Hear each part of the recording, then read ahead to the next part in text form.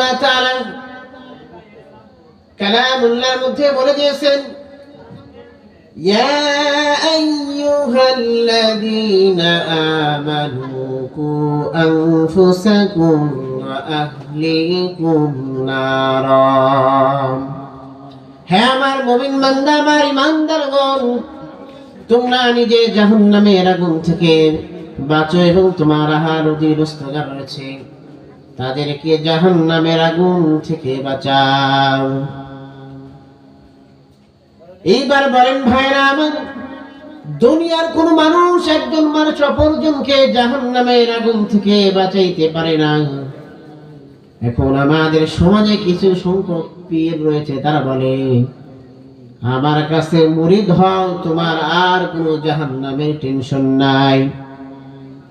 এরকম পীর আমাদের সমাজে আছে কি নাই জোরে বলেন? এরকম সমাজে আমাদের পীরের অভাব নাই। তারা বলে আমাদের কাছে যদি তোমরা আসো তাহলে নামাজ রোজা লাগবে না, পর্দা লাগবে না, হজ লাগবে না, যাকাত দেওয়া লাগবে না। অথচ নবীদের ক্ষমতা আল্লাহ তাআলা দান করেন নাই, নবীদেরকে আল্লাহ তাআলা এই ক্ষমতা দান করে নাই। নবীদের যদি এই ক্ষমতা আল্লাহ তাআলা দান করত তাহলে নবীদের চাচা আবু তালেব জাহান্নামী হতো না, জান্নাতি হয়ে যেত। অথচ নবীদের চাচা আবু তালেব দেখেন নবীকে আমার কত ভালোবাসতেন। নবী আমার 3টা বছর গোপনে দাওয়াত দেওয়ার পর আল্লাহ তাআলা যখন অর্ডার দিলেন, ওগো পয়গম্বর এইবার আপনি প্রকাশ্যে দ্বীনের দাওয়াত দেওয়া শুরু করে দেন। নবী আমার দ্বীনের দাওয়াত যখন কাফের আর মুশরিকের মধ্যে দাওয়াত দেওয়া শুরু করে দিল, নবীর যে দাওয়াত নতুন ধর্মের কথা যখন বলে, নতুন ধর্মের কথা বলে, মক্কার কাফের মুশরিকেরা আবু তালিবের কাছে এসে বলতেছে, ও আবু তালিব, তোমার ভাতিজা মুহাম্মদ নতুন এক ধর্মের কথা বলে, নতুন এক দ্বীনের কথা বলে, তোমার ভাতিজাকে তুমি সামলাও, না হয় আমরা মক্কার যত নেতারা রয়েছি সকলেই মিলে কিন্তু আমরা তার একটা ব্যবস্থা নেব। আবু তালিব চিন্তায় পড়ে গেলেন, চিন্তা করতে লাগলেন, আমার ভাতিজা মুহাম্মদকে আমি এত ভালোবাসি, আমার ভাতিজা মুহাম্মদকে আমার আপন সন্তানের চাইতে আমি বড় ভালোবাসি। অথচ মক্কার কাফেররা এসে বলতেছে মুহাম্মদ নতুন ধর্মের কথা বলে, মুহাম্মদকে যদি তুমি না ঠেকাও তাহলে আমরা মুহাম্মদের বিরুদ্ধে নতুন ব্যবস্থা নেব। মেরে ভাই ও দোস্ত বুজুর্গ আমার, নবী করিম সাল্লাল্লাহু আলাইহি ওয়াসাল্লাম দ্বীনের দাওয়াত দেওয়া যখন রাতের অন্ধকারে দ্বীনের দাওয়াত মানুষের ধারে ধারে পৌঁছে গেছে, ওইদিকে আবু তালেব বাড়ির উঠানে বসে পায়চারি করতেছেন, আমার নবীর অপেক্ষায় অপেক্ষমান। নবী আমার দাওয়াত দেওয়া শেষ করে যখন বাড়ির মধ্যে চলে এসেছে,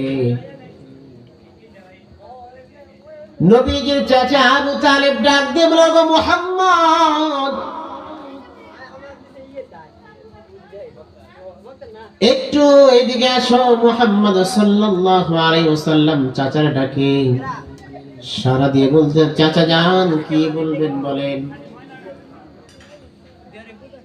নবীজির চাচা আবু তালেব ডাক দিল, গো মুহাম্মদ আজকে আমার কাছে মক্কার সকল কাফেররা, সকল গোত্রের নেতারা আমার কাছে এসেছিল, তুমি যেই ধর্মের কথা বলো, যেই ধর্মের তুমি প্রচার করতেছো, একটুকে এখান থেকে একটু বিরতে থাকা যায় না। নবী আমার বলেন, ও আমার প্রাণের চাচা,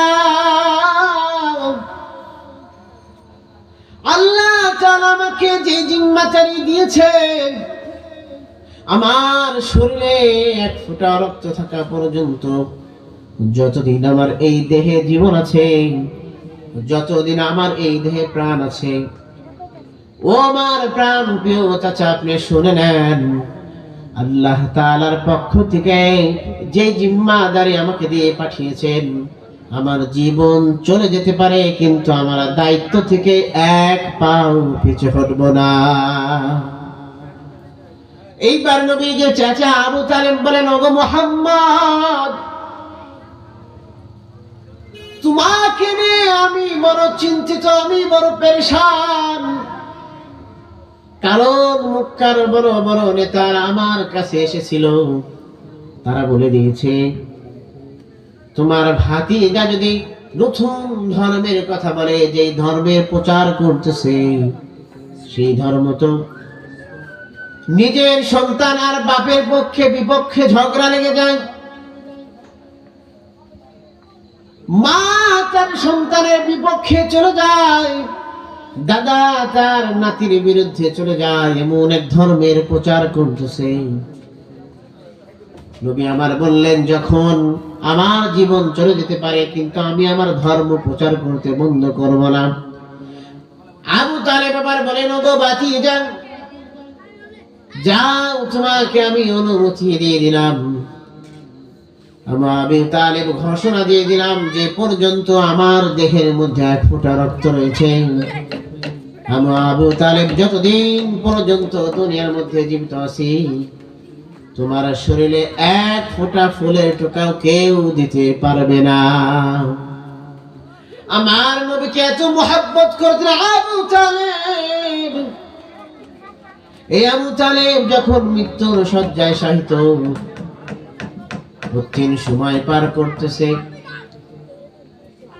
দুনিয়া থেকে যখন চলে যাওয়ার সময় হয়ে গেছে, আমার নবী মুহাম্মদ আরবি সাল্লাল্লাহু আলাইহি ওয়াসাল্লাম ডেকে বলতেছে, চাচা যান, আপনি শুধু পড়েন লা ইলাহা ইল্লাল্লাহ, এইটুকু পর্যন্ত আপনি পড়েন, কিয়ামতের ময়দানে আমি আল্লাহ তাআলার কাছে সুপারিশ করব। ঐতিহাসিক লেখেন আবু তালেবের এমন অবস্থা, এই মনে হয় মুখ দিয়ে কালিমা বের করে দিবে, কিন্তু পাশেই বসে আছে আবু জাহেল, উতবা, শাইবা। তারা আবু তালেবকে ডেকে বলে, ওগো নেতা, আমাদের নেতা, ভয়বিদ্ধ নেতা, আপনাকে মক্কার মানুষ বড় সম্মান করে, শ্রদ্ধা করে। দুনিয়ার এরকম ভাবে শেষ সময়, তোমার হায়াতের শেষ সময় এসে যদি আপনি মুহাম্মাদের ধর্ম গ্রহণ করেন, তাহলে দুনিয়ার মানুষ আপনাকে সি করবে, আপনাকে অসম্মান করবেন।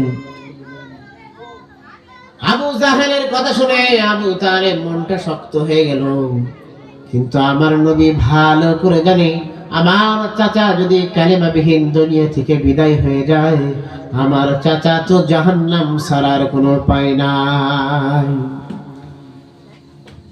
আবু জাহেলের কথা শুনে আবু তালেবের মনটা বড় শক্ত হয়ে গেল। আবু তালেব দুনিয়া থেকে বিদায় হয়ে গেল। আবু তালেবের পুরা কপাল, কালিমা নসিব হলো না, দুনিয়া থেকে বিদায়।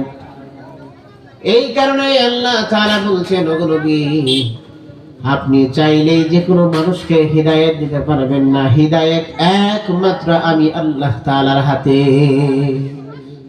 মানুষ চাইলে একজন আরেকজনকে হিদায়াত দিতে পারে না, হিদায়াতের মালিক একমাত্র আল্লাহ তাআলা।